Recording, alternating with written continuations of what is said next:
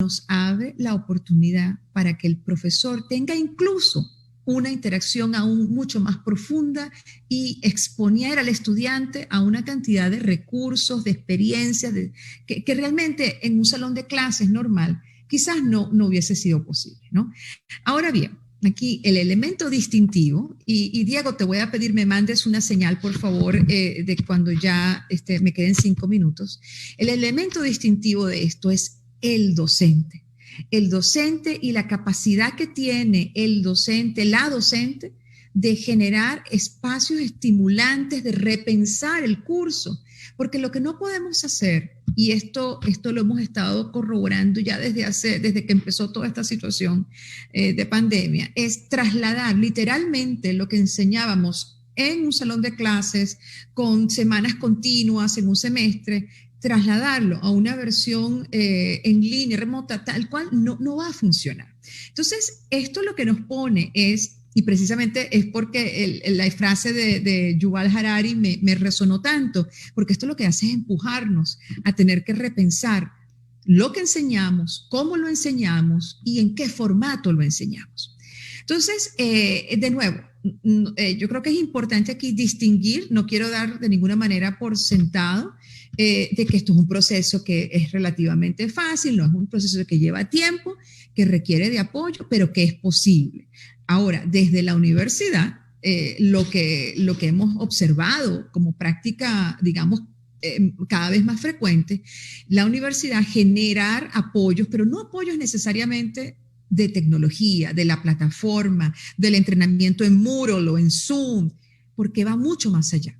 O sea, tiene que ver con el espacio para el docente reflexionar, tomar el curso que enseña, los cursos que enseña, reflexionar sobre él mismo, sobre qué quiere lograr ante condiciones completamente distintas. Y esto varía, por ejemplo, a los cursos que tienen laboratorios, a las clases o a los cursos que tienen de los programas de medicina, de enfermería, odontología, el abanico de oportunidades acá y de complejidades es importante considerar.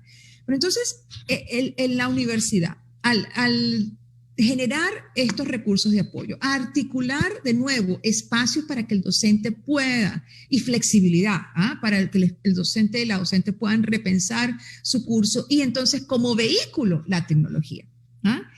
Mire, ahora con el acceso a Internet y asumiendo que la conectividad funciona, nada previene que una profesora o un profesor acceda, por ejemplo, a cursos de MIT a través del Open Courseware, que MIT ya lleva desde hace varios años, donde prácticamente usted puede entrar y ver en español, portugués, mandarín, inglés.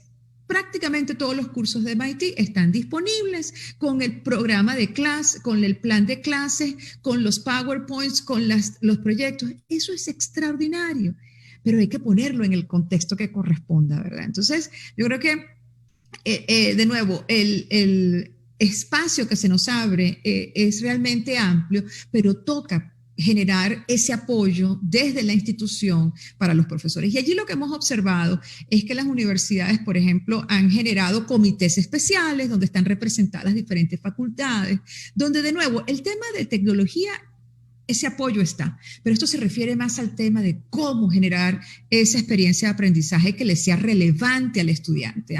Y aquí voy a entrar en el tema de aprendizaje activo. Y esto es algo en lo que aquellos que venimos trabajando en esto llevamos más de una década, ¿no? Pero entonces el reajustar esto ante una enseñanza remota realmente nos da una oportunidad para en inglés es engage, para comprometer al estudiante y generar un espacio realmente estimulante. El tema de la evaluación, gracias Diego, el tema de la evaluación es un tema, digamos, de los más retadores. ¿Por qué? Porque si hemos venido enseñando para memorizar, que eso ha sido un reto enorme, ¿cómo entonces evalúas ahora que el estudiante está expuesto a todo acceso de información? Pero eso nos lleva a replantearnos qué significa realmente aprender, qué significa realmente generar una experiencia de enseñanza para un aprendizaje significativo. Ya no hace falta memorizar. Entonces, ¿Por qué no? Porque es que cuando vas a tus espacios de trabajo tienes acceso a todo lo que desees prácticamente en términos de información. Entonces, allí yo les voy a invitar a visitar lo que les comentaba de CoLab, LASPA CoLab, que es un espacio precisamente para generar de manera colectiva soluciones a retos comunes que tenemos en la universidad. De hecho, mañana, por ejemplo, hay un webinar sobre el impacto de la pandemia en la educación privada. Hay recursos en español, y precisamente la oportunidad de generar colaboraciones entre universidades para apoyarnos unos a otros, ¿no? También los invito a visitar, por ejemplo, el recurso que ha generado MetaRed. MetaRed por Universia tiene todo un espacio donde ha destacado universidades con ejemplos muy específicos de lo que están haciendo para apoyar a sus profesores, estudiantes y equipo administrativo. Uniantes, TEC de Monterrey, universidades por toda la región. Entonces yo los invito a que con el concepto de benchmarking en mente puedan darle una mirada para generar sus propios modelos. Y lo último que quiero decir para cerrar es que esta pandemia, y respondiendo a la pregunta de hacia dónde vamos, qué viene después, yo creo que viene unos tiempos de profundo cuestionamiento, de profundas interrogantes de la educación superior. O sea, desde qué significa realmente evaluar el aprendizaje, cómo generamos un modelo educativo de calidad, ¿verdad? Financieramente sostenible y viable para el estudiante, para la universidad. Hay una preconcepción de que la universidad, de que la enseñanza en línea es de menos calidad que la enseñanza presencial.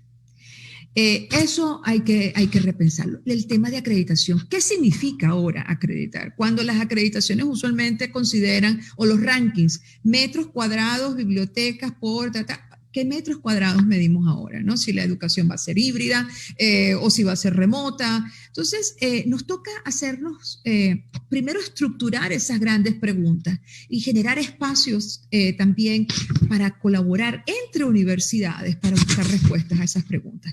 Yo con esto voy a cerrar para darle el espacio a mis colegas y luego pues intercambiar reacciones, preguntas que ustedes puedan tener. Gracias. Muchas gracias, Angélica. Muchas gracias por su tiempo, por sus comentarios. Recuerden, por favor, dejar en el chat de qué ciudad se conectan o de qué país, y también las preguntas que tengan a cada uno de los expositores, las cuales estamos leyendo al final. Ahora nos va a acompañar el doctor Andrés Valdivieso, que es médico cirujano de la Universidad de los Andes de Chile. Tiene un MBA de Higher Business Studies de la Universidad también de los Andes, el S Business School. Tiene una maestría en ingeniería de la Universidad del Desarrollo de Chile. Es graduado del programa GSP-15 de la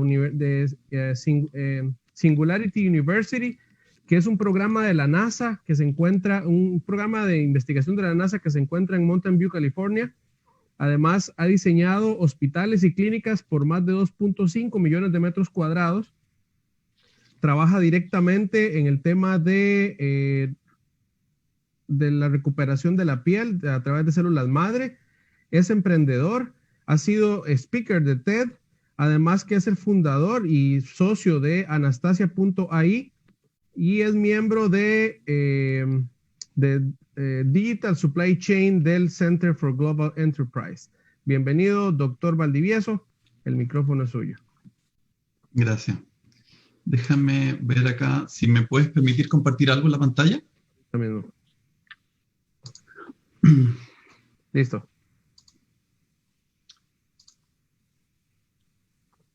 Ahí está. ¿Se está viendo mi pantalla? Ahora, sí. Primero que nada, muchas gracias por la invitación y por el tiempo que nos están dedicando, porque sé que en este momento la cantidad de ofertas, de webinar, de ideas y conceptos es bastante amplia. Así que cuando estuvimos conversando, quiero dar una línea, un seguimiento y invitarlo un poco a pensar en lo que hablaba recién mi colega. ¿Qué es lo que viene después?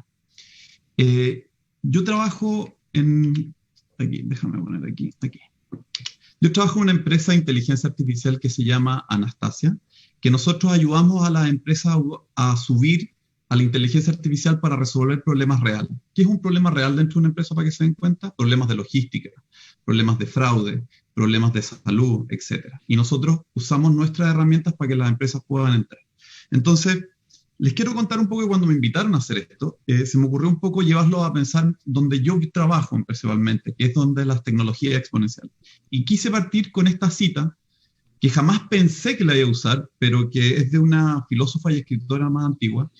Y la cita dice, puedes evitar la realidad, pero no puedes evitar las consecuencias de evitar la realidad. Y es un poco lo que nos ha pasado, y les quiero contar por qué.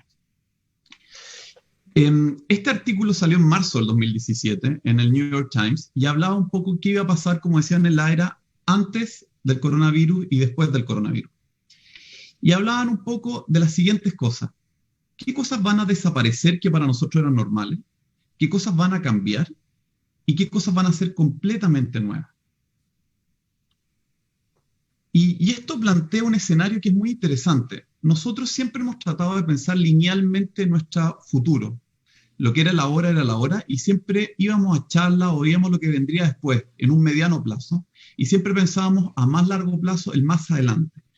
Pero lo que nos ha pasado, como recién decían, es que la hora y el después se unieron. Y muchas cosas que pensábamos que iban a venir en meses, como le pasó un poco a la educación, hoy en día es completamente el actual. Y eso está pasando en salud, en retail, en manufactura, en seguridad, etc. Y la pregunta que nos deberíamos hacer, ¿qué va a venir después del año 2021? Lo que sí tenemos que tener claro, que cuando se acabe esta pandemia, no vamos a despertar en la isla de la fantasía, y que no va a haber una nueva realidad mucho mejorada, sino que vamos a estar en un mundo que tal vez va a tener nuevas herramientas, nuevas realidades, pero mucho más complicado.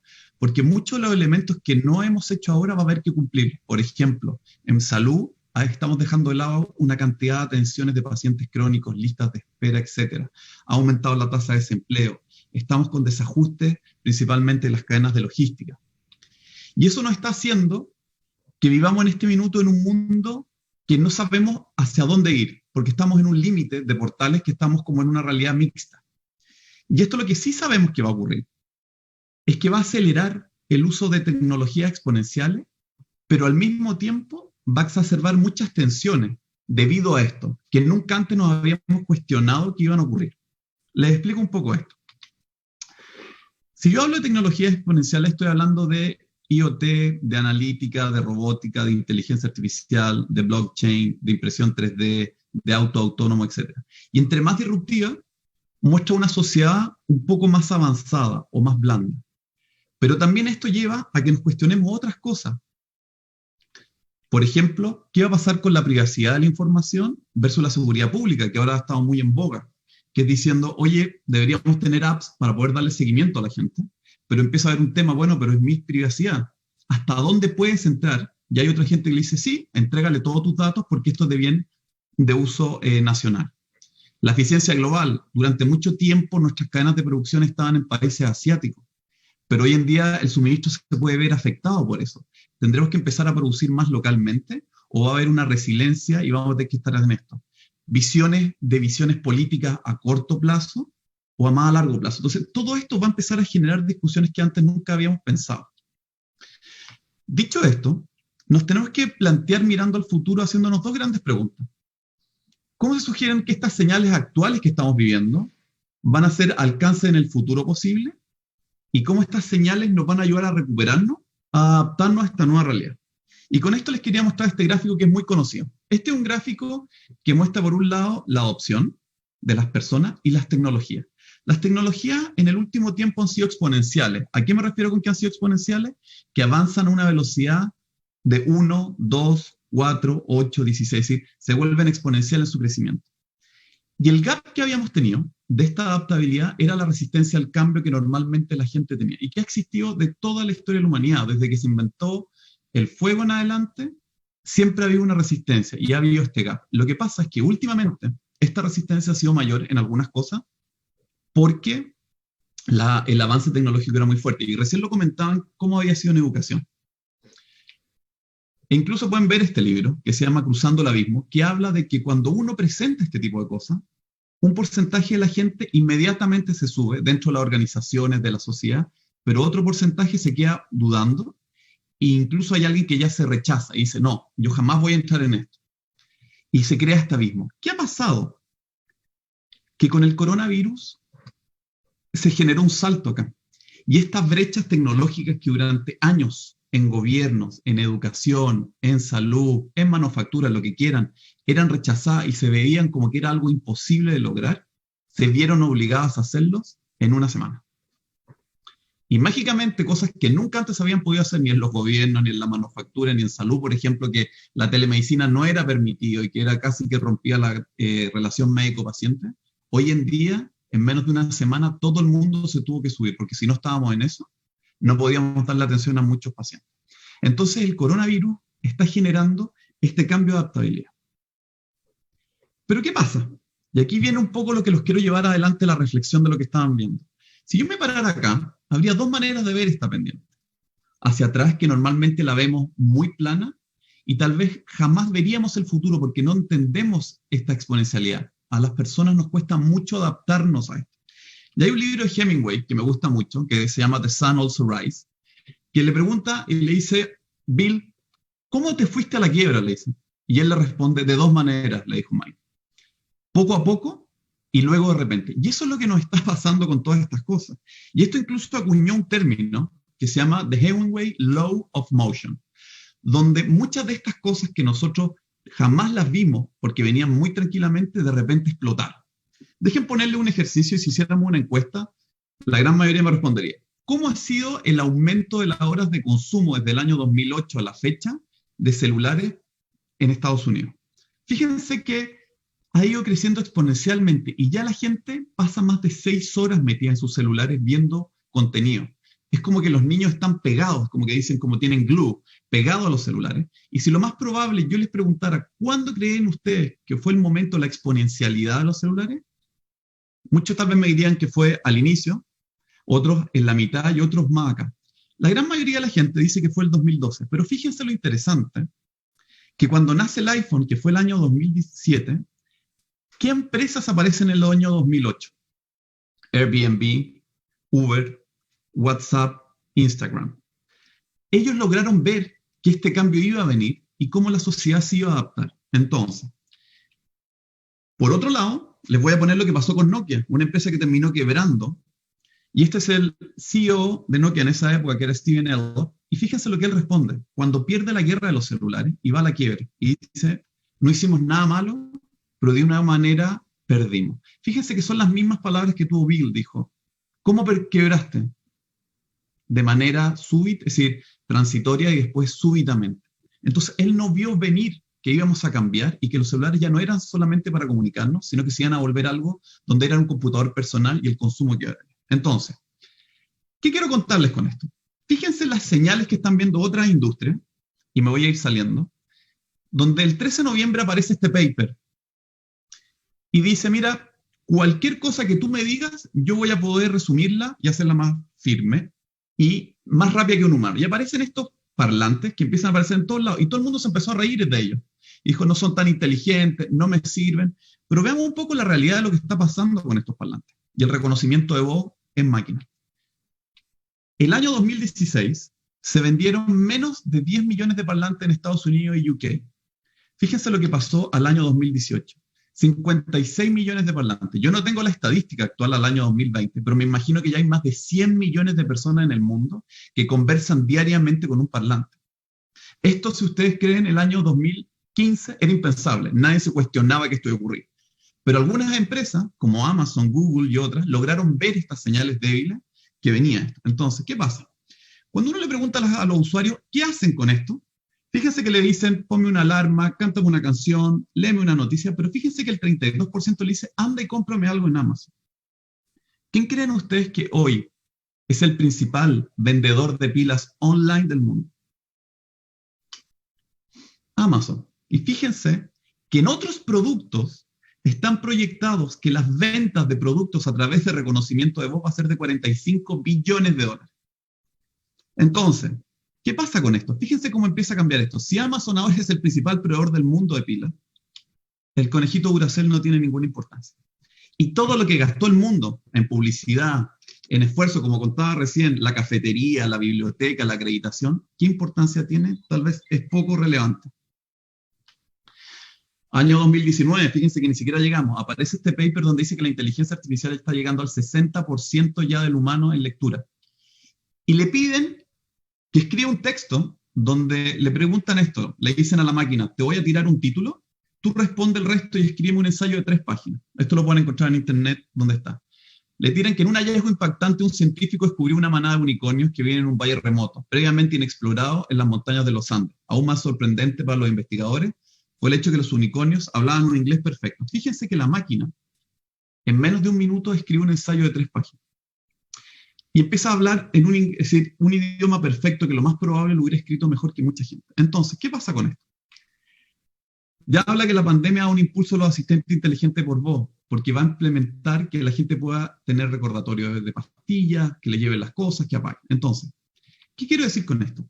Cada área, cada industria que está siendo tocada por el coronavirus está dando señales débiles. Y les voy a mostrar 2 rápidamente para que después ustedes hagan este ejercicio con las suyas, con sus temas de educación, con sus industrias, con sus temas de importancia. Fíjense el trabajo remoto. Hoy en día, de un día a otro, todos estábamos metidos en esto y jamás hubiéramos pensado que iban a haber 500 personas escuchando una charla en diferentes partes de manera remota. Pero ¿qué pasa? Las consecuencias del trabajo remoto llevan otras cosas. ¿Qué está pasando con la industria inmobiliaria? ¿Qué está pasando con la industria de los computadores? ¿Qué está pasando con Internet, con las oficinas, con los artículos de esto? Y lo que está pasando es que las consecuencias del trabajo remoto son que si yo antes me demoraba 2 horas en ir a trabajar, en ir y volver, ya me estoy cuestionando si quiero volver a esa realidad. Y tal vez los artículos de oficina no son tan relevantes, pero sí el Internet en mi casa. Y las oficinas y el arriendo va a desaparecer, o va a caer bastante, pero las inmobiliarias van a tomar más fuerza, porque ya no me quiero comprar el departamento o un ambiente, sino que me interesa tener algo que tenga un escritorio para poder estar más cómodo. Y fíjense que cuando les preguntaron esto en Estados Unidos, fíjense que el 98% dijo que le gustaría seguir con su teletrabajo, así que ya ni siquiera un punto. Entonces, fíjense que hay empresas que han logrado leer esto. Y fíjense lo que está pasando con las inmobiliarias, por lo menos una en Chile, que dijo, ok, las salas de venta desaparecen, pero yo te voy a poner un asistente virtual que entienda lo que tú me estás diciendo, que te logre mostrar los departamentos internamente y que después solamente me tenga que contactar para ver si te interesa que un humano te contacte. Fíjense cómo están leyendo esto. El e-commerce. El e-commerce lleva de la mano cómo van a ser los stock, el delivery, qué empleados vamos a tener, el tráfico, si los tipos de paquete van a cambiar, cómo va a ser la logística reversa, etc. Y fíjense que en Estados Unidos, fíjense cómo subió desde el inicio del coronavirus en 8 semanas del 16% al 27%. Yo no sé si esto va a seguir en estos niveles cuando salgamos del coronavirus, pero tengan claro que no va a seguir al 16%. Entonces, esto lleva que yo trabajo con un grupo de empresas que están todas estas que están a nivel mundial, Dell, Under Armour, Acer, ZTE, Goodyear, y nos cuestionamos mucho de esto, y una de las cosas que nos estamos dando cuenta, que lograr cumplir con esto es tan complejo, porque cada usuario es tan difícil, que las probabilidades de achuntarle al producto en el momento correcto, en lo que quieren, es más o menos más difícil que jugar ajedrez. Y si uno le pide a la máquina que analice esto, necesitamos ayuda brutal. Y aquí es donde les quiero plantear. Estamos viviendo la 4ª revolución industrial, es decir, la era de las máquinas trabajando con los humanos, donde hoy en día todo se ha vuelto una metaciencia, donde la información es el recurso más relevante que tenemos y que solo sabemos que va a ser exponencial. Entonces, dicho eso, necesitamos de estas máquinas para ayudarnos a salir en una serie de cosas. Y fíjense que en el e-commerce, cuando yo le pido a la máquina que analiza a los usuarios, fíjense como cada puntito es un cliente. Y fíjense que los clientes que están en un color azul son aquellos que quieren comprar un mismo producto, pero fíjense lo diferentes que son. Es decir, la máquina me está mostrando que hay pantones de colores diferentes.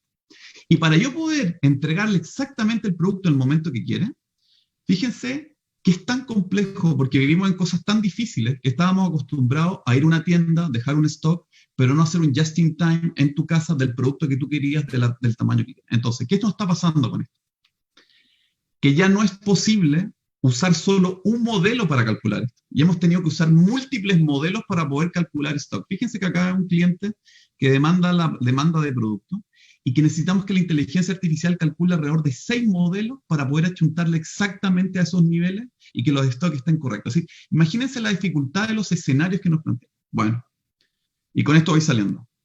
¿Qué va a pasar con el tema de publicidad. En Chile hay una empresa muy famosa que se llama Falabella, que también está en Colombia, en varios lugares, y tienen una modelo muy famosa que se llama Valeria Massa. El problema es que ella no trabaja en esto, porque está con todo el tema del COVID, pero fíjense que apareció esta nueva niña, que se la voy a mostrar. Everything seemed unimaginable when I was just a few lines of code. I love creating new things, achieving the impossible. That's what being part of Team Galaxy is all about. Team Galaxy. Do what you can't. Ella se llama Lynn Miquela, tiene más de 1,6 millones de seguidores en Instagram. Las marcas como Gucci, Samsung, Calvin Klein, todas la toman. Lo interesante es que ella que es sintética, no existe. Fue creada en base a los gustos de la gente en inteligencia artificial. Entonces, ¿qué les quiero llevar con esto? Que si seguimos con esto, donde están metidos en sus celulares, y que como estaba Angélica, pueden estudiar lo que quieran, ir a donde quieran, vivir lo que quieran, va a pasar lo que pasó con esto. En Tokio se hizo un estudio donde se le enseñó a un robot a entrar a la universidad. Y fíjense que quedó en el 20% superior de la academia. Y la pregunta no era si el robot sabía o no, porque lo gracioso es que los robots no saben leer, ven información a través de vectores. ¿Qué le pasó al 80% de los estudiantes que no entendieron lo que leyeron? Y esa es la pregunta. Entonces, esto nos lleva a que ustedes puedan desarrollar su lado derecho del cerebro para poder resolver y generar estos escenarios que van a venir, que son para nosotros completamente diferentes en la industria que quieran. Hagan el ejercicio que yo hice, es decir, e-commerce, manufactura, salud, y vean lo que está de las consecuencias y cómo vamos a salir. Porque al final el mundo es que lo más probable va a venir, va a ser un mundo similar a este en el corto plazo, donde las máquinas nos van a ayudar en muchas cosas, y donde la capacidad de liderazgo digital va a ser muy importante, cómo lo hacemos, como decía Angélica, y la intensidad digital que te podamos hacer. Eso. Llegué un minuto antes de terminar. Así que le agradezco mucho la oportunidad y voy a estar después abierto a cualquier tipo de consulta y duda para poder responder. Muchísimas gracias, doctor Valdivieso. Continuamos con la doctora Alexandra Esquivel. Ella es directora de programas internacionales y profesora de inglés para negocios de INCAE Business School desde el año 2005. Tiene un doctorado en educación con énfasis en lingüística y enseñanza del inglés de la Universidad de Kansas, en donde se graduó con honores. INCAE es directora de programas internacionales, maneja la relación con escuelas socias y las redes de escuelas de negocios de las que INCAE es miembro. Además, coordina los programas de intercambio de estudiantes y programas de doble titulación, así como los cursos y seminarios conjuntos con otras escuelas. Desde el año 2017 es miembro del Consejo Asesor Internacional de HL Leipzig Graduate School of Management de Alemania. Bienvenida, doctora Esquivel. Muchas gracias, Diego, y a la Universidad Tecnológica de Honduras por la invitación. Un placer saludar a los otros panelistas y, por supuesto, a quienes nos acompañan esta tarde, esperando que estén bien, igual que sus familias dentro de toda esta situación. Mi intervención se desprende directamente de lo que nos compartió Angélica, y lo que quiero hacer es simplemente dar un ejemplo de cómo ha afectado el COVID-19 a una escuela de negocios en particular, no ya una universidad grande en general, sino particularmente una escuela de negocios y sus programas de internacionalización. Quizá me ayudas, Diego, para poder compartir. Ya puede compartir. Perfecto. Déjame ver.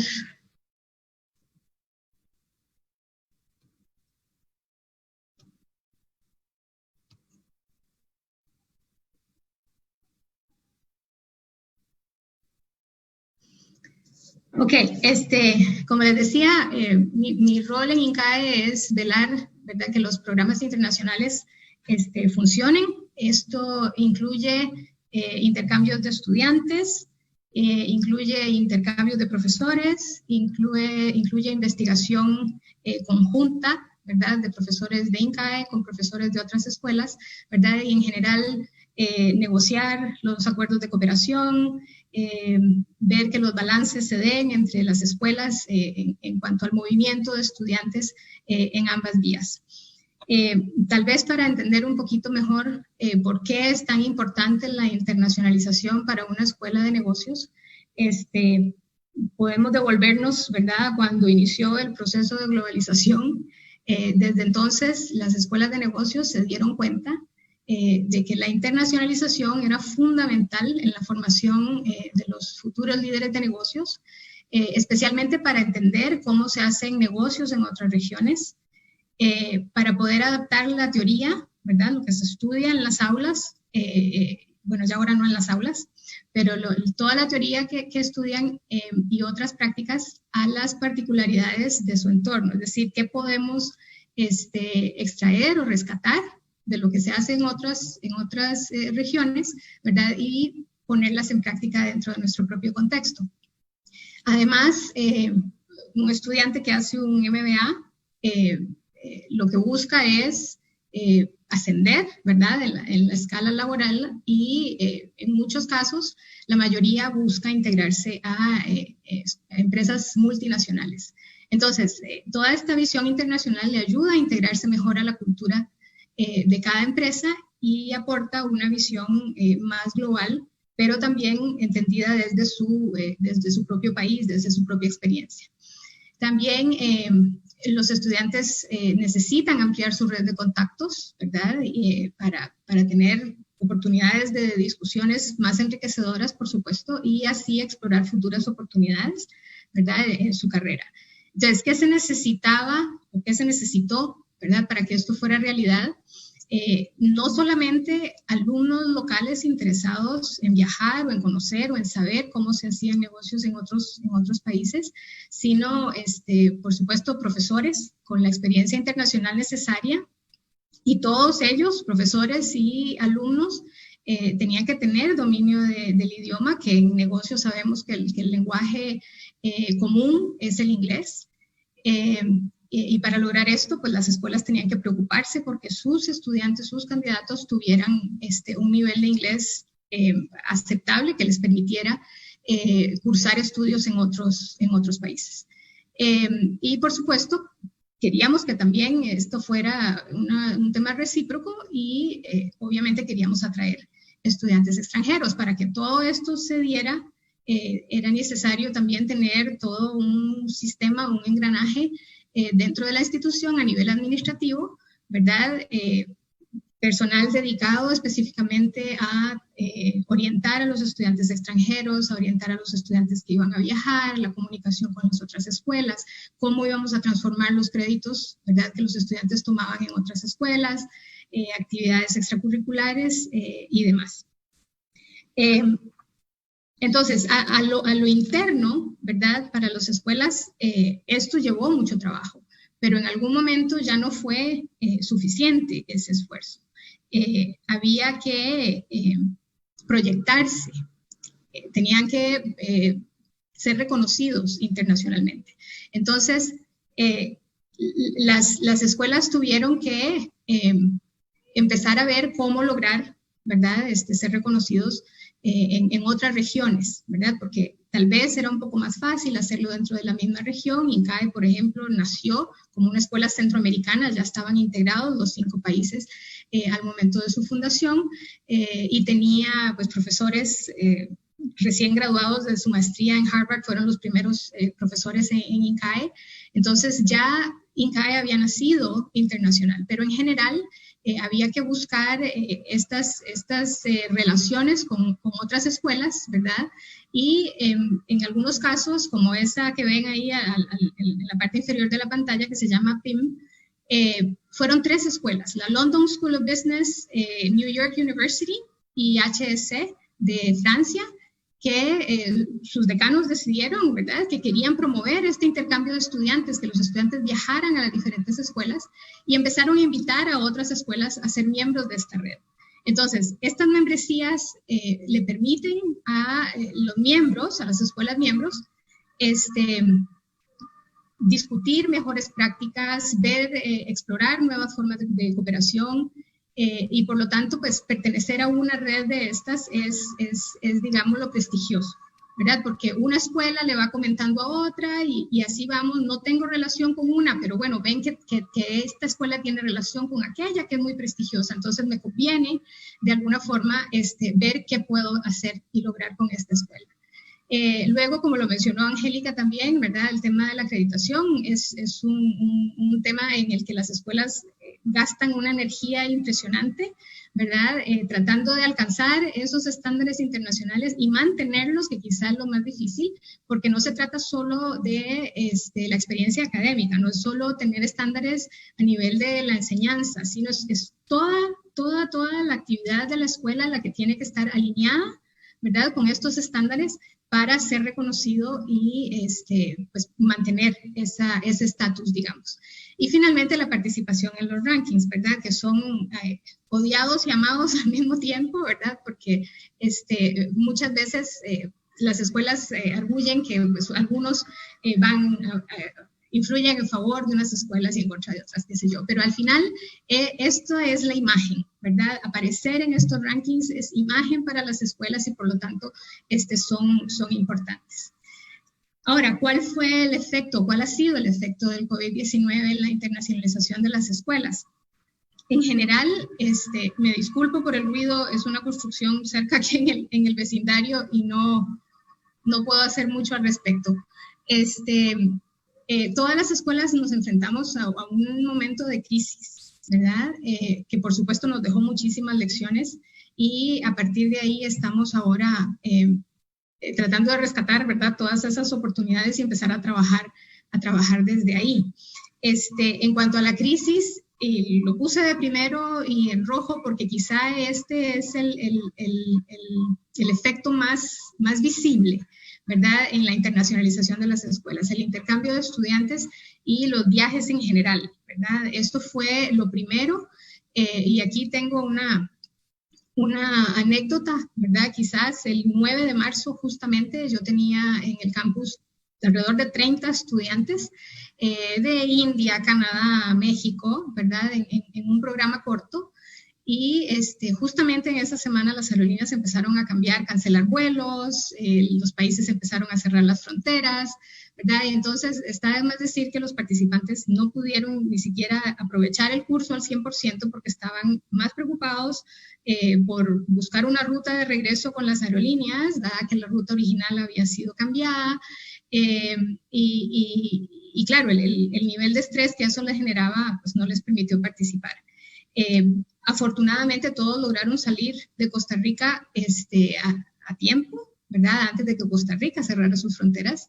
Sin embargo, a algunos de ellos les tomó semanas llegar a su destino final, porque por temas de visas no podían pasar por país X, ¿verdad? Tenían que bordear por otro destino, etcétera. Entonces fue muy, muy estresante.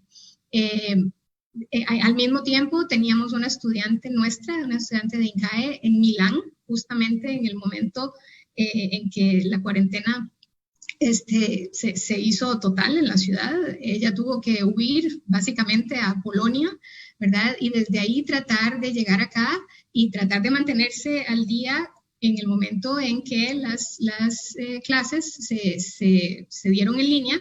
Ella tenía que buscar los espacios donde quiera que estuviera para poder continuar con sus estudios.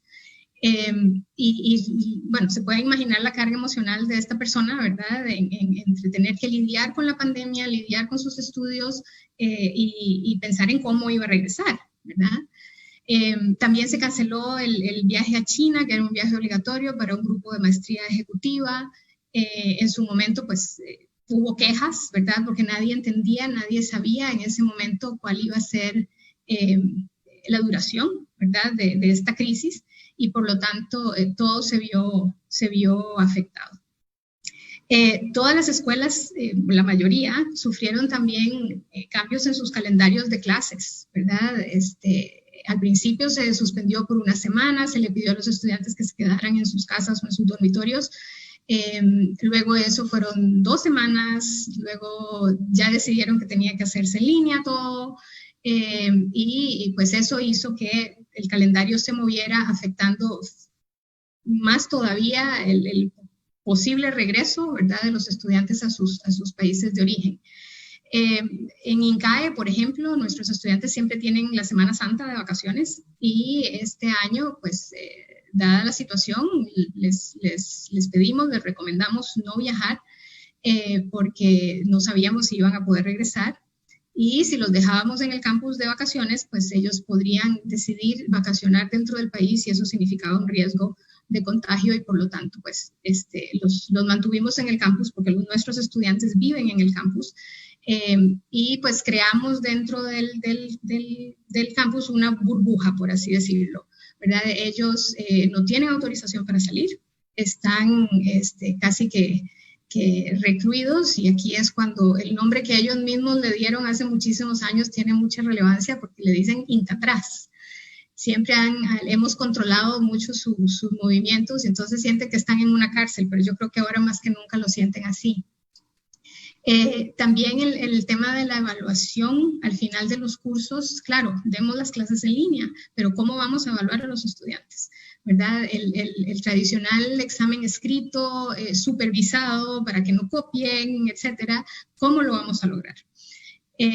Teníamos la graduación también entre manos y pues tuvo que posponerse, obviamente, y ahora la graduación será en línea el 15 de julio.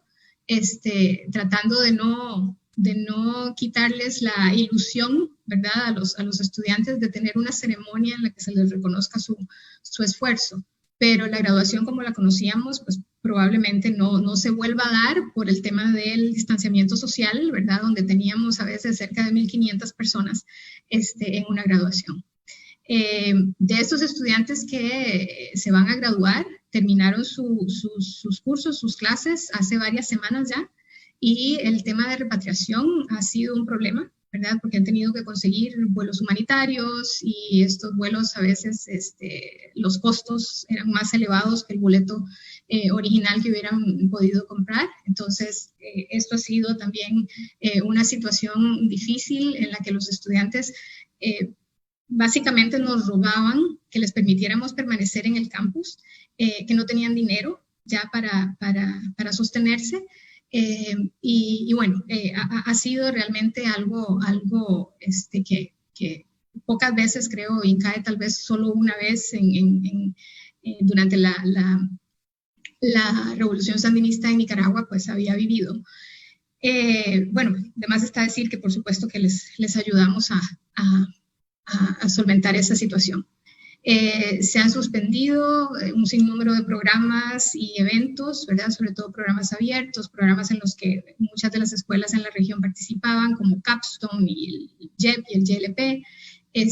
Los hemos movido, los que se han podido, ¿verdad? Que el diseño del curso permite que se hagan en línea, serán en línea, y otros han tenido que ser cancelados. INCAE tiene estudiantes de toda la región y, por supuesto, el inicio de los nuevos programas que estaba programado precisamente para marzo, se movió para mayo en línea porque los estudiantes no pueden viajar desde Perú, desde Ecuador, ¿verdad? Todos los países que normalmente están representados en las aulas.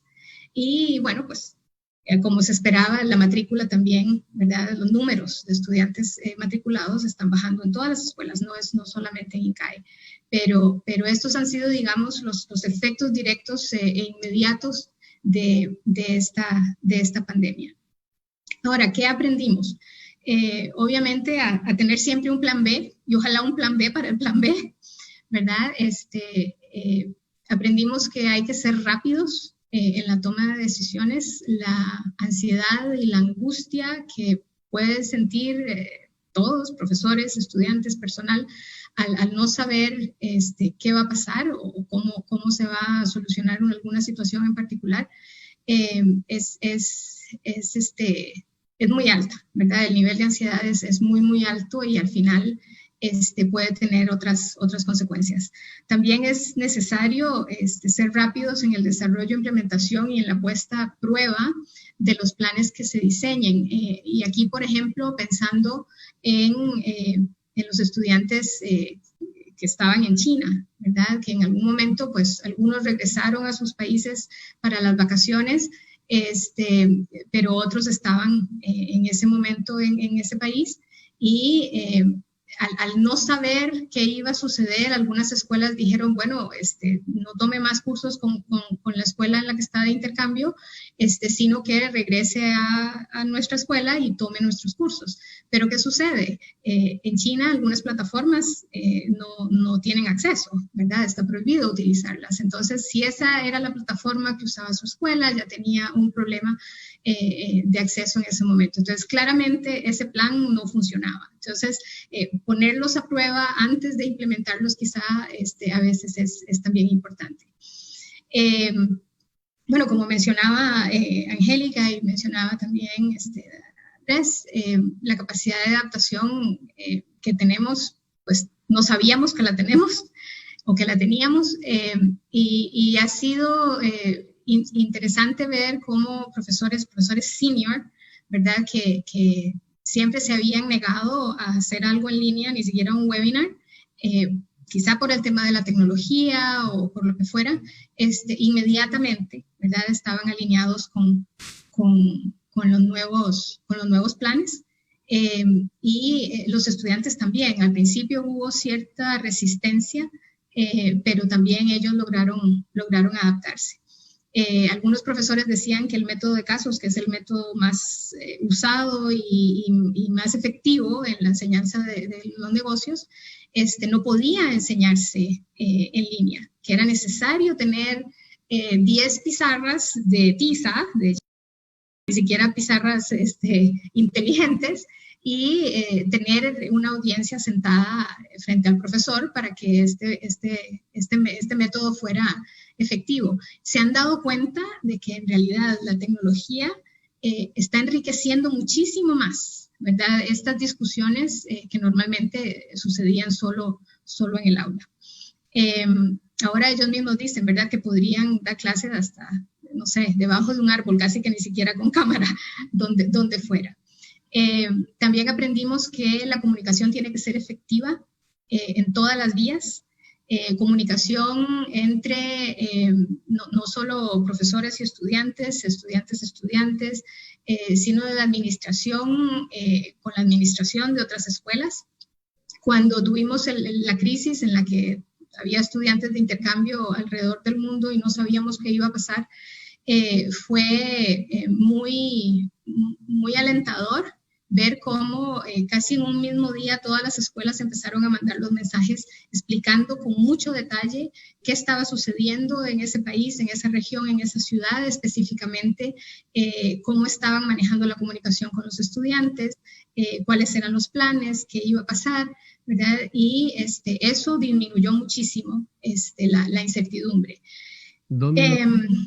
También aprendimos que es necesario el apoyo técnico y psicológico. Como les dije, hay profesores que no estaban muy acostumbrados a la tecnología, estudiantes, curiosamente, que tampoco, y ahora en los cursos selectivos están escogiendo todas las materias que tienen que ver con transformación digital, ERP, etcétera, para estar un poco más familiarizados. Y el apoyo psicológico, desde luego, para estudiantes, por ejemplo, estudiantes casados con hijos, que dejaron a sus hijos, ¿verdad?, al cuidado de sus familias mientras estudiaban acá, y que ahora pues están imposibilitados de viajar para verlos, para estar con ellos, o ni siquiera para pensar en traerlos y tenerlos acá. Entonces han sido lecciones, ¿verdad?, muy, muy valiosas. Ahora, entre las oportunidades, ya lo han mencionado, ¿verdad?, tanto Angélica como Andrés, que el uso de las nuevas tecnologías es lo que viene. Obviamente hay que recurrir a la innovación en metodologías, qué sé yo, que aula invertida y todas las que estén al alcance. Y para actividades extracurriculares en tema de intercambio, por ejemplo, no sé, grabar videos, ¿verdad?, del campus, tours guiados de la ciudad, qué sé yo, para darle a los estudiantes ese componente cultural que es lo que más están extrañando, digamos, el contacto con la cultura y el poder viajar dentro de un país en particular. Un minuto. Y la redistribución de recursos, por supuesto, ¿verdad? Utilizar lo que se ha ahorrado en viajes, ¿verdad?, para otras actividades como equipos virtuales globales o regionales, si se quieren, que preparan a los estudiantes para la realidad en sus campos de trabajo, ¿verdad? Donde estudiantes en China, en India, en Estados Unidos, en Sudamérica, en Centroamérica, puedan resolver un problema poniéndose de acuerdo entre ellos en la hora que nos reunimos. Todos tenemos horas diferentes, ¿verdad? ¿Cuál es el mejor momento? ¿Cuándo presentamos los resultados? Etcétera. Y creo que aquí tal vez lo más importante es la flexibilidad, ¿verdad? En todos los aspectos, no esta negociación engorrosa, ¿verdad? De los convenios y otros temas en que siempre ponemos trabas para que los estudiantes participen. Finalmente, ¿qué podemos esperar? Yo creo que estas imágenes que vemos aquí no las vamos a ver en muchísimo tiempo. Tener 20 estudiantes de intercambio de otros países representando 12 nacionalidades, ¿verdad? En un mismo lugar va a ser bastante difícil. Y bueno, en general, el rol de las escuelas de negocios en este momento en la formación de líderes, yo creo que, bueno, los líderes no se forman solamente en las aulas, ¿verdad? INCAE ha desarrollado todas estas actividades que ven en pantalla para apoyar no solo al gobierno local, sino también a los países de la región en las que INCAE sirve. Yo creo que, bueno, sobre todo esas sesiones personalizadas de coaching, lo interesante es que los graduados que viven en todos los países donde tenemos asociaciones de graduados, fueron los que se prestaron para dar estas sesiones de coaching a los empresarios y emprendedores que se han visto afectados. Y yo creo que si estos emprendedores y empresarios han aceptado, se han dado cuenta de que están en problemas y han buscado a INCAE para que les ayude a reinventarse, ya ellos son líderes, aun cuando no han puesto un pie en una sala de INCAE para un MBA. Termino con esto y igual, ¿verdad? Feliz de contestar preguntas si alguien las tiene. Muchas gracias, Alexandra. Y seguimos con el doctor Javier Mejía, que es el rector por ley de la Universidad Tecnológica de Honduras. Tiene una licenciatura en artes con énfasis en teología y consejería. Tiene una maestría en educación y TIC. Tiene una maestría de la Universidad Oberta de Cataluña, de la cual también es candidato a doctor en Sociedad del Conocimiento. Tiene una maestría de Administración y Liderazgo de Loma Linda University de Riverside. Tiene un doctorado honoris causa por la ODAE y tiene un doctorado honoris causa por UNINTER, donde la UTH también tiene programas de doble titulación para doctorado. Así que, doctor Javier, bienvenido. Muy buenas tardes a cada uno de ustedes. Qué bueno poder saludar a una audiencia tan internacional. Tenemos representantes de aproximadamente 10 países en este momento. Entre el Zoom y los 3 diferentes canales que están transmitiendo a través de Facebook, tenemos más de 750 personas, lo cual realmente es interesante a lo que nos ha llevado esta pandemia. ¿Qué viene después? ¿Qué viene después y cómo debemos prepararnos en la educación superior en este caso? Bueno, en primer lugar, en la educación superior debemos ver qué había antes. Y usted debe recordarlo, porque muy seguramente usted estuvo en este antes. Vea lo que teníamos antes en UTH, para tomarlo como ejemplo. Este año, a inicio de año, en enero, teníamos 20,000 estudiantes en 11 diferentes sedes, recibiendo clases en 2,600 diferentes secciones de clase, con 700 profesores. Habían hecho 70,000 inscripciones en total. Era un año espectacular. ¿Usted se imagina cómo estaban los diferentes campus de UTH? Estaban repletos de personas, de estudiantes que estaban dispuestos a poder hacer del año 2020 el mejor año. Eso es lo que ellos anhelaban. De esos 20,000, el 90% estaban en forma presencial. Solamente un 10% estaban totalmente en línea. Era una gran cantidad. Eso era enero. Pero ese enero, que parecería indicar sería un extraordinario año para todos, cambió de pronto. Porque esto que ustedes están viendo acá, esas conferencias reales con gente presente en nuestros auditorios, esas graduaciones de las cuales hablaba hace algún momento Alexandra, 2,000 personas en un auditorio para ver la colación de grados, o esas clases donde teníamos estudiantes, 60 estudiantes, los cuales podían sentarse uno a la par del otro sin ningún problema. Eso se iba a cambiar de un día para otro. Eso es simplemente el antes. Un antes que si vuelve, no sabemos cuándo volverá. Porque realmente la situación ha cambiado drásticamente. Cuando sucede lo que sucede, la cuarentena por COVID a la cual nos mandan de un día para otro, en realidad nosotros tuvimos 30 horas aproximadamente para poder preparar todos los cambios que se venían. 24 fue nuestro objetivo, en 30 lo logramos y tuvimos que lograr que profesores seniors que nunca habían querido enseñar una clase en la virtualidad tuvieran que cambiar drásticamente de un día para otro.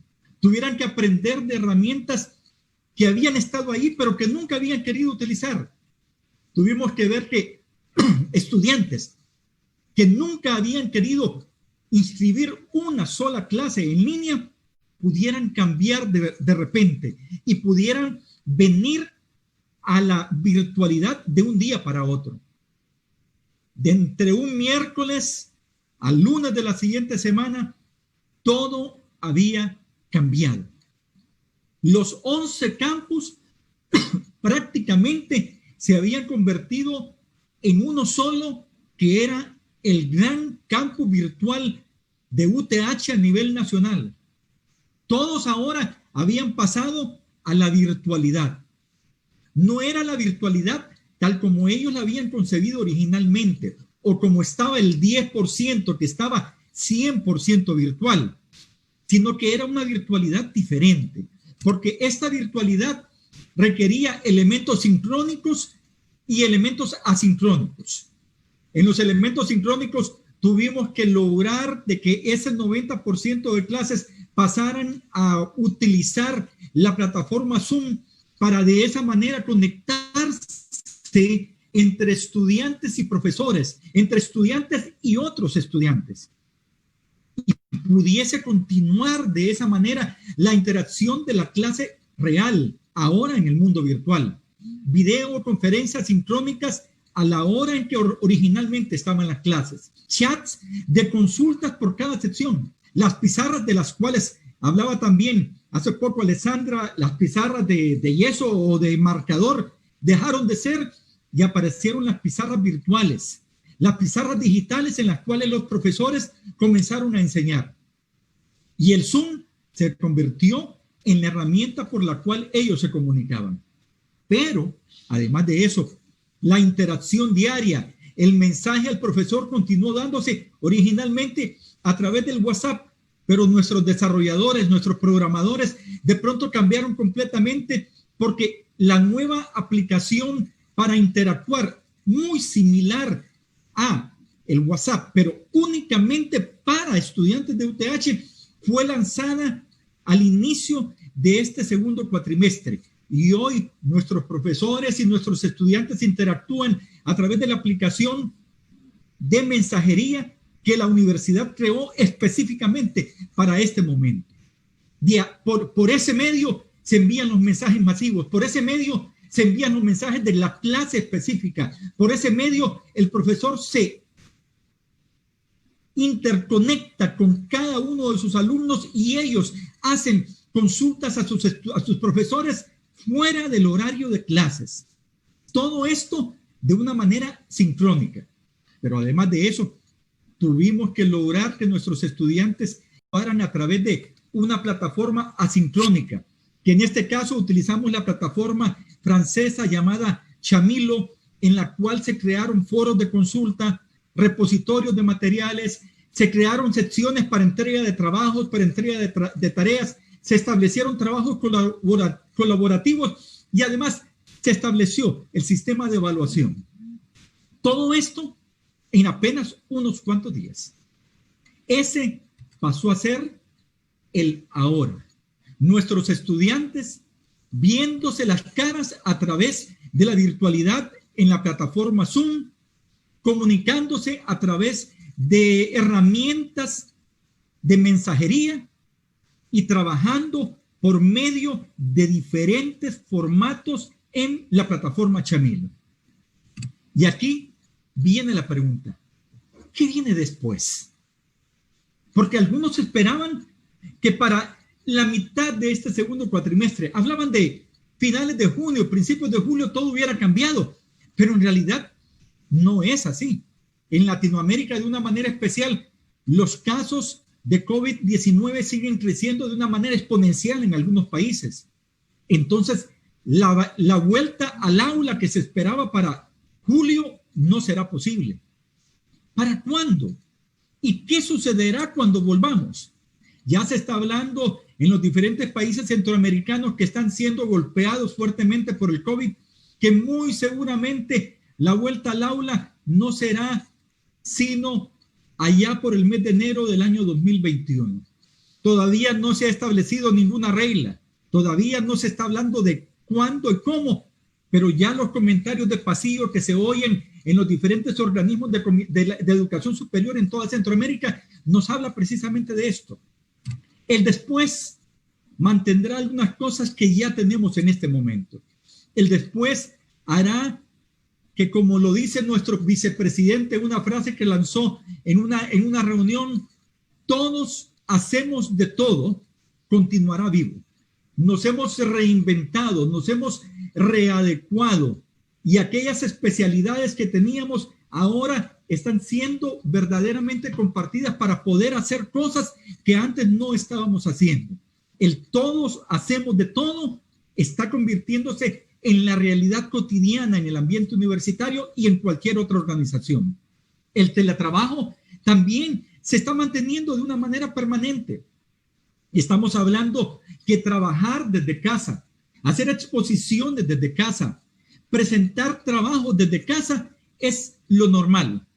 Y hoy, más bien, estamos ya preparando un lugar de nuestras casas para convertir ese lugar en nuestra oficina virtual. Ya muchas personas están comprando micrófonos para transmitir en streaming.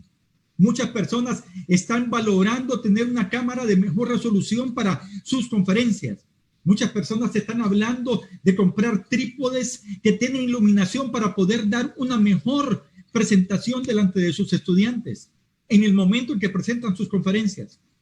Muchas personas están hablando de poder tener todos sus repositorios de clase, de videos de clase en un lugar específico para que sus estudiantes puedan tener acceso a ellos mediante los diferentes medios que les están dando y después de las clases.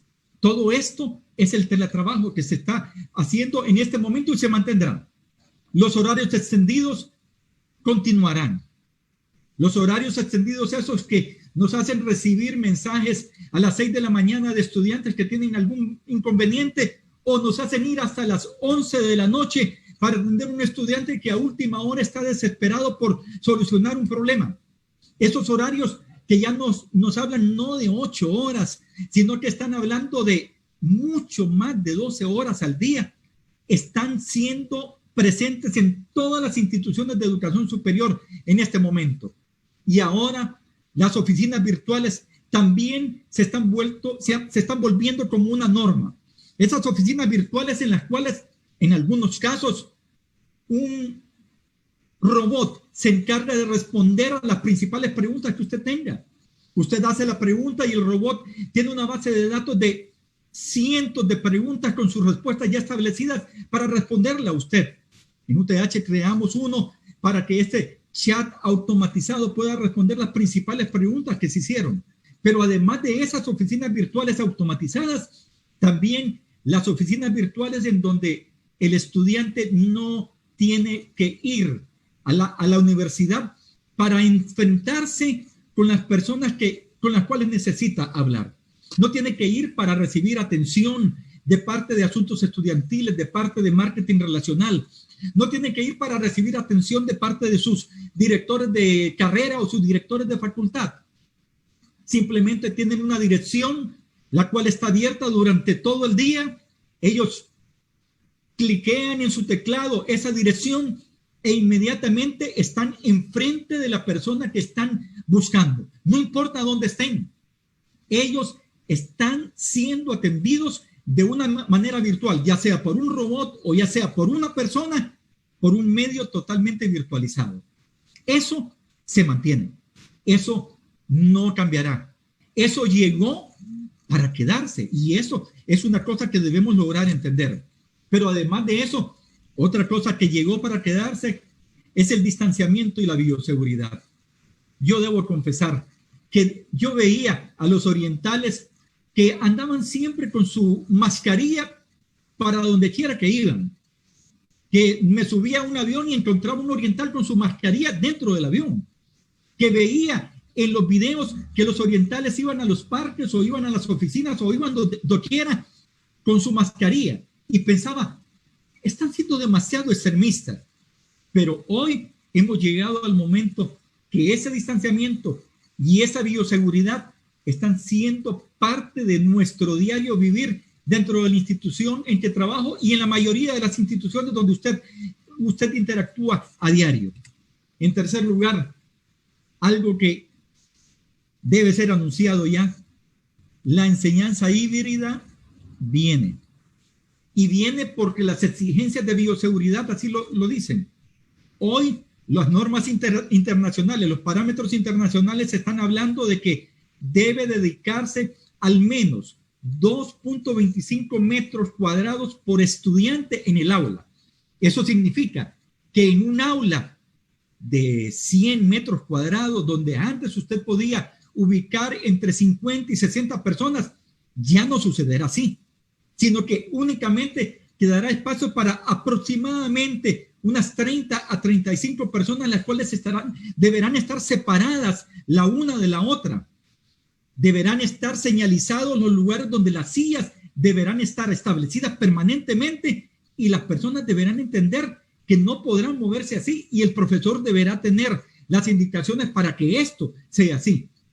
Pero el otro grupo que no pudo venir al aula estará recibiendo la clase desde sus casas y estos estarán conectados con el profesor y con el resto de compañeros a través de una plataforma digital.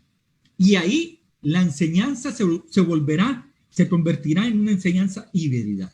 Unos irán al aula un día, los otros irán al siguiente día. Unos estarán virtualizados un día y al otro día volverán al aula. Esto será un cambio que viene y no podremos evitarlo. Muy seguramente el 2021 nos encontrará con estudiantes, la mitad de ellos en el aula y la mitad de ellos en el aula virtual, que estarán intercambiando a través de la semana para poder venir al aula o para poder coincidir en el aula virtual. Esto viene para el próximo año. Y algo que es muy importante, los eventos se virtualizarán. Los ejemplos están ahí. El año pasado, nuestro presidente en un congreso donde tenía 400 personas. Hoy, en este momento, nosotros en un evento donde solo en Zoom teníamos más de 500 personas. Esto es parte de lo que vendrá para los próximos meses y se mantendrá, no sabemos todavía por cuánto más.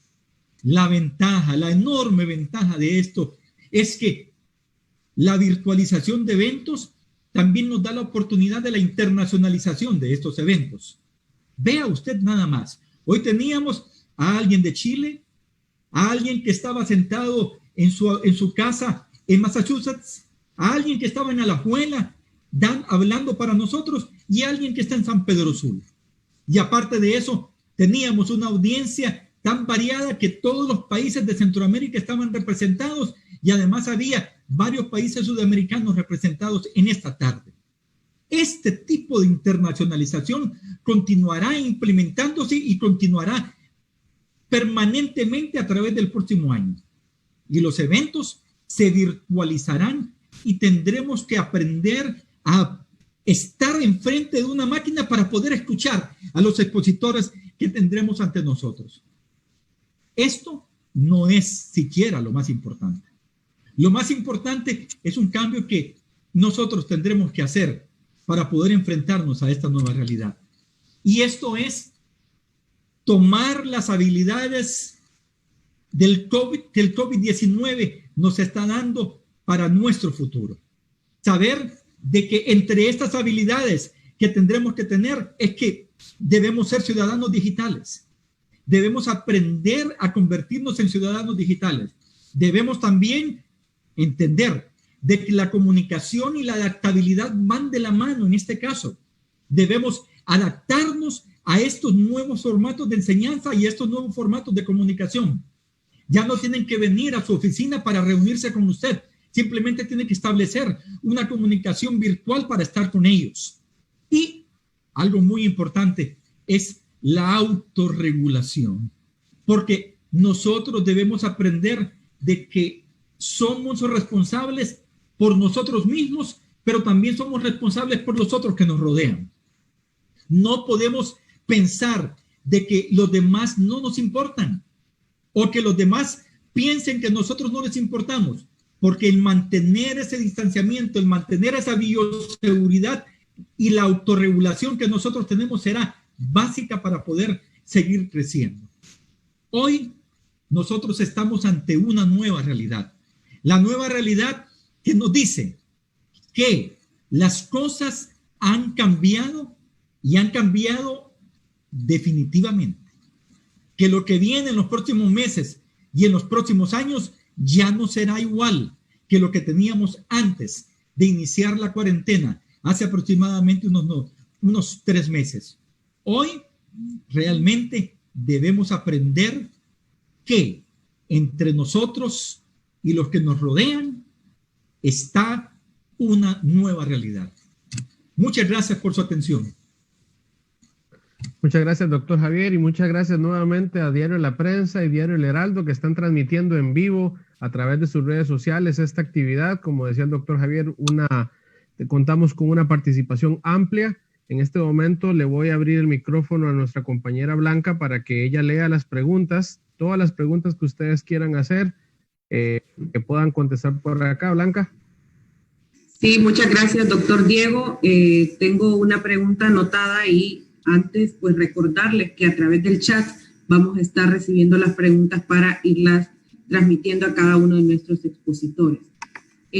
Una pregunta para el doctor Andrés Valdivieso. Dice, él habló sobre inteligencia artificial.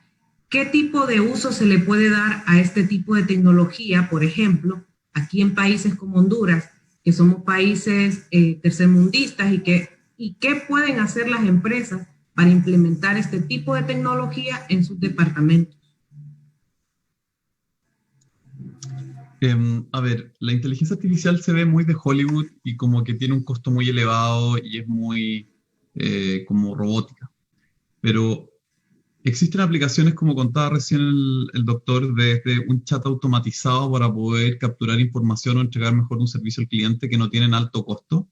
Y la gran mayoría de los elementos de eso funcionan en la nube. Entonces, hoy en día, cualquier caso de uso que una empresa crea que puede beneficiarse, por ejemplo, predecir cuándo una máquina va a fallar, predecir cómo hacer el stock de inventario, predecir qué cliente se puede cambiar de una empresa a otra, solamente requieren tener los datos de la historia de transacciones para que una máquina aprenda. Entonces, hoy en día las barreras se han bajado y lo único que hay que tener es la información para poder hacer que la inteligencia funcione, igual como que se la pasara a cualquier humano. Es decir, uno no puede tratar de predecir el stock de un producto o de una máquina si no se la pasa la información a alguien diciéndole, mira, esta es la historia de funcionamiento. Entonces, hoy en día, gracias al internet y a la nube, muchas de estas máquinas funcionan remotamente y solamente van y responden una pregunta. Entonces, hoy en día se ha globalizado, es mucho más sencillo y hay que buscar qué caso de uso excesivo se requiera.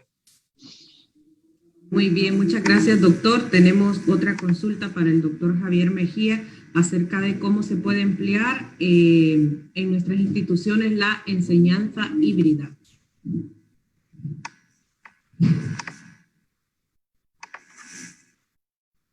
Para el doctor Javier. Doctor Diego, su ayuda para el micrófono. Ya. Ahora sí. Realmente estamos trabajando en este momento en un modelo que será implementado muy seguramente a partir del próximo año en todos nuestros campus universitarios. Es un modelo para el cual estamos recibiendo asesoría de instituciones internacionales que ya están trabajando en él, y la enseñanza híbrida está a las puertas de convertirse en una gran realidad. Todo esto debido a que el espacio será reducido a causa de los parámetros que están siendo establecidos internacionalmente por los especialistas en bioseguridad. Ya han sido establecidos, y eso hace que el aula grande se convierta en un aula chica y se necesite esa enseñanza híbrida para poder cubrir a todos nuestros estudiantes a nivel nacional, y esto también será a nivel internacional. Muchas gracias, doctor Javier. Tenemos una consulta también para la doctora Angélica. Dice, doctora Angélica, ¿están nuestros catedráticos preparados para este cambio tecnológico? Gracias, Ivette. Y gracias al profesor Eddie. Yo vi su pregunta.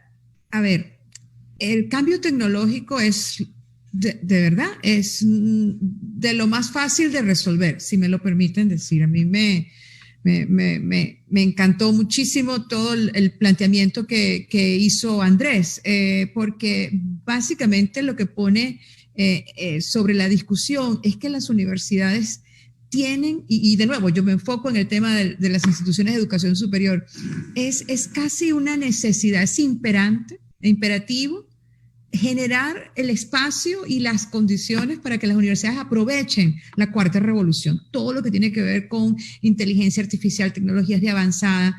Lo más difícil de cambiar, profesor Eddie, es la forma en cómo se concibe la enseñanza y el aprendizaje.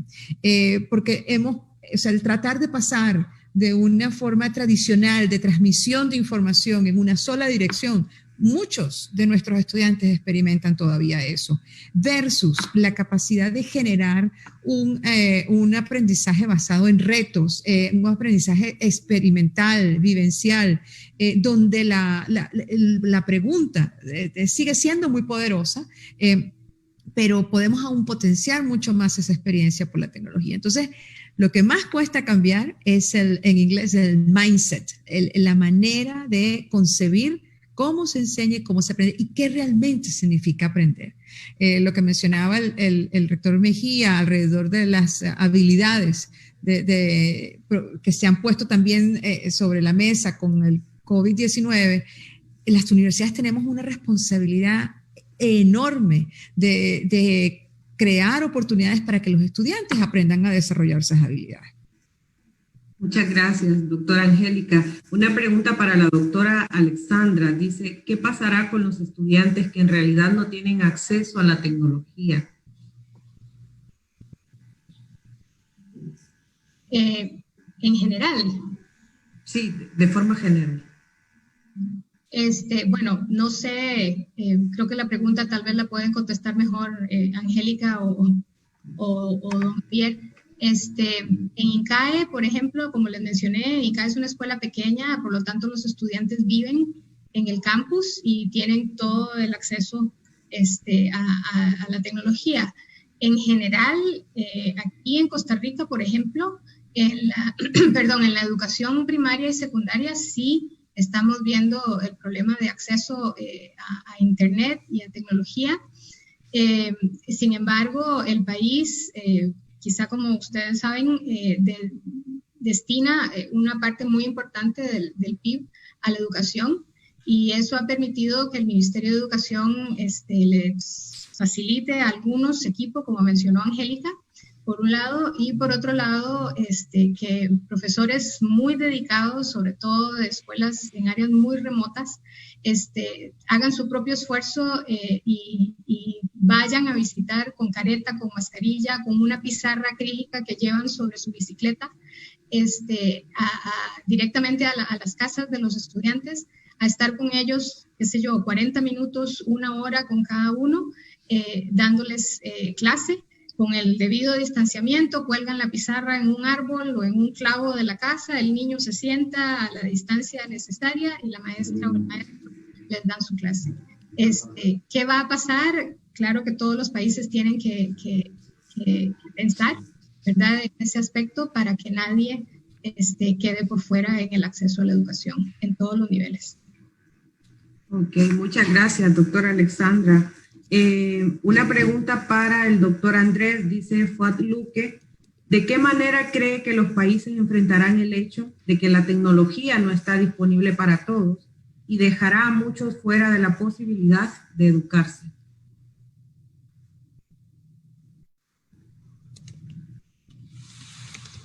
Ya voy, estoy tratando. A ver. Ya.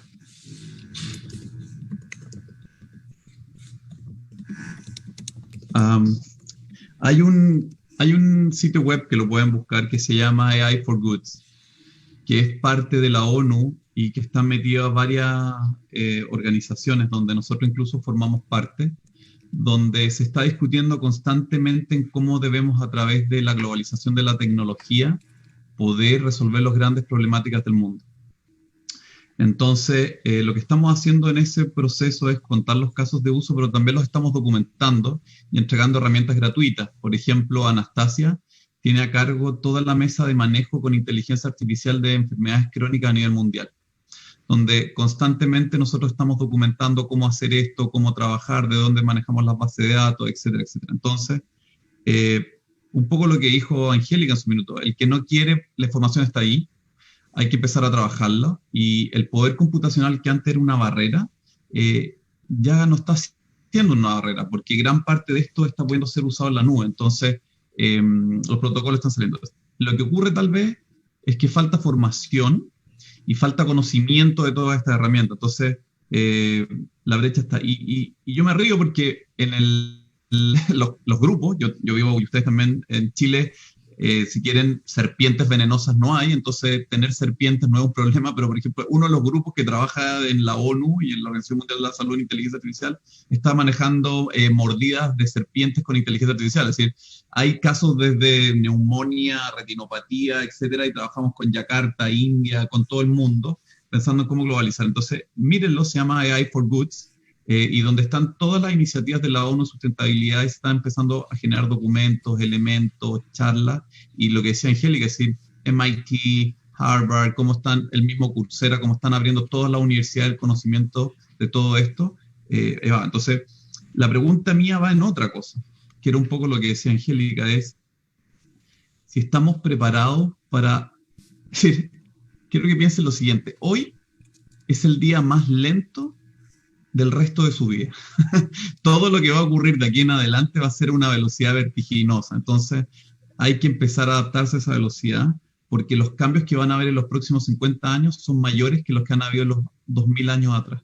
Entonces, la adaptabilidad y la resistencia al cambio va a ser nuestro gran enemigo. Entonces, por eso tenemos que lograrlo. El conocimiento está ahí, es difícil, no es fácil, si no todo el mundo lo haría, pero yo veo que lo mismo Costa Rica y todos ya han mostrado ejemplos de cómo moverse en esto, y lograron ser ejemplos brutales. Entonces, se están avanzando, los países están subiendo, están tratando, y está todo el mundo empujando esto. Así que hay que ir a buscar el conocimiento y empezar a hacer casos de uso. Muchas gracias, doctor. Hay una pregunta que está abierta para que cualquiera de los panelistas pueda contestarla. La hace Delia Ponce y dice: ¿cómo poder cambiar la mentalidad de los docentes en cuanto a las aplicaciones de tareas y proyectos de forma presencial si las clases son virtuales? ¿Cómo podríamos manejar eso, ya que se piden trabajos en grupo y desarrollo de proyectos en diferentes empresas?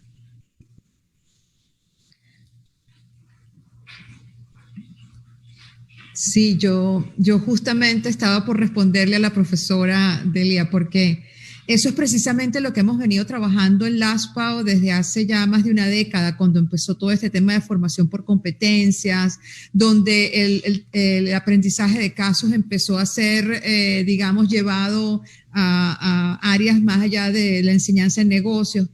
Y tiene que ver, profesora, y de esto podemos hablar todo por muchas horas y encantada de compartirles lo que sabemos desde el ASPA, pero esencialmente tiene que ver con crear oportunidades desde la universidad para que los profesores tengan la oportunidad de detenerse por un momento, reflexionar sobre ese curso, pero también desde el liderazgo académico de la universidad, darle una mirada a los programas, a la experiencia de aprendizaje. Lo que hemos venido intercambiando en la pasada hora es precisamente la voracidad con que sucede todo esto. Y aquí hay un punto importante que hay que considerar: cómo se mueven las instituciones de educación superior. Usualmente es un paso un poco más lento de lo usual.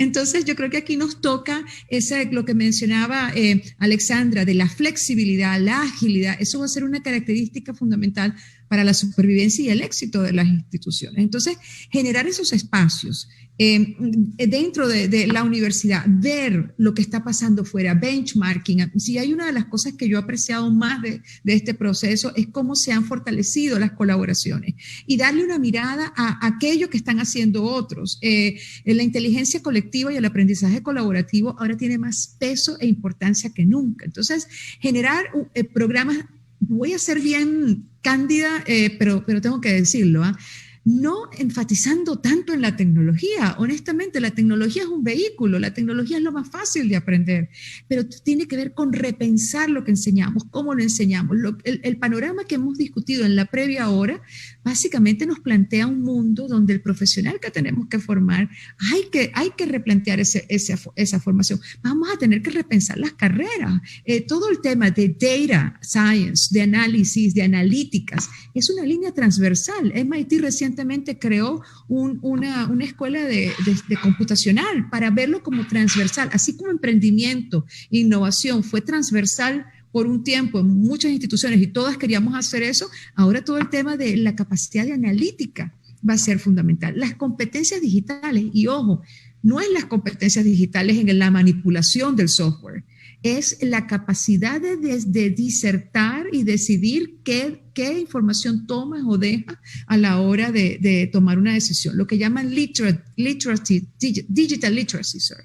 Entonces, aquí tiene que ver con la universidad tomar responsabilidad de crear ese espacio. Ha habido todo un movimiento de centros de innovación en enseñanza. De hecho, Chile tiene toda una historia, pero porque hay una fuerte inversión del gobierno chileno a través del Banco Mundial. Y cuando uno ve los sistemas de educación superior a lo largo de toda la región, a mí me encantan, además, los chilenos, ustedes, Andrés, porque pues, son súper críticos y todo lo cuestionan y tal.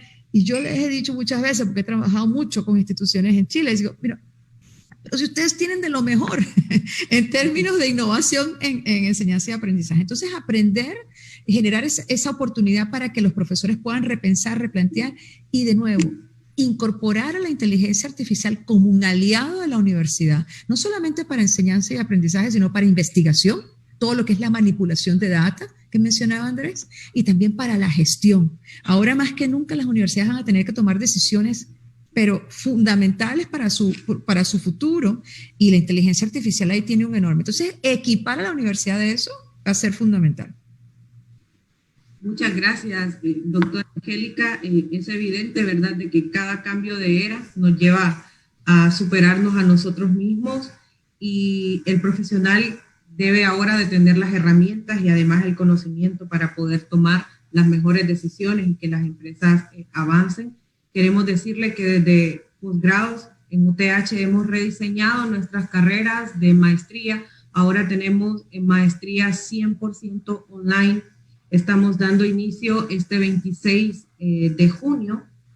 Así que para aquellos que necesiten información, por favor, escríbanos a blanca.melendez@uth.hn, o si usted desea replicar algún curso en su empresa, por favor, también escriba a Executive Education a diego.chacon@uth.hn. Por nuestra parte, muchísimas gracias. Los dejo con el doctor Diego. Muchas gracias a todos y todas. Muchas gracias, Angélica, Alexandra, Andrés, Javier, a todos los que nos han acompañado el día de hoy. Una tarde muy rica en conocimiento, con perspectivas muy diferentes, que al final de cuentas nos llevan a repensar qué estoy haciendo, cómo lo estoy haciendo y hacia dónde tengo que mirar a partir de todo lo que está sucediendo. Las crisis usualmente son espacios para mejorar, para reinventarnos y poder salir adelante, y creo que ese es el gran trabajo que tenemos que hacer, además de cuidarnos, mantener el distanciamiento social y sobre todo innovar en cada cosa que hacemos. Tenemos la oportunidad y, como decía Andrés, la información está en la red, es solamente de buscarla, es solamente de llegar en el momento adecuado y hacer las búsquedas en el mejor sitio posible. Muchas gracias, que Dios les bendiga, buenas tardes a todos, hasta Boston, hasta Chile, hasta Costa Rica, hasta Guatemala, El Salvador, Nicaragua, Panamá, Colombia, Venezuela, todos los países que se conectaron el día de hoy. Muchas gracias por su tiempo. Nuevamente, muchas gracias a Diario de la Prensa y Diario El Heraldo por haber apoyado, y todo su equipo, para que este webinar se pudiera retransmitir en sus redes sociales, lo que nos hizo llegar a más personas, que al final de cuentas era la idea. Muchas gracias y que pasen buenas tardes a todos. Un gusto. Gracias. Con ustedes. Adiós. Angélica, Alessandra, Andrés, gracias. A ustedes. Muchas gracias.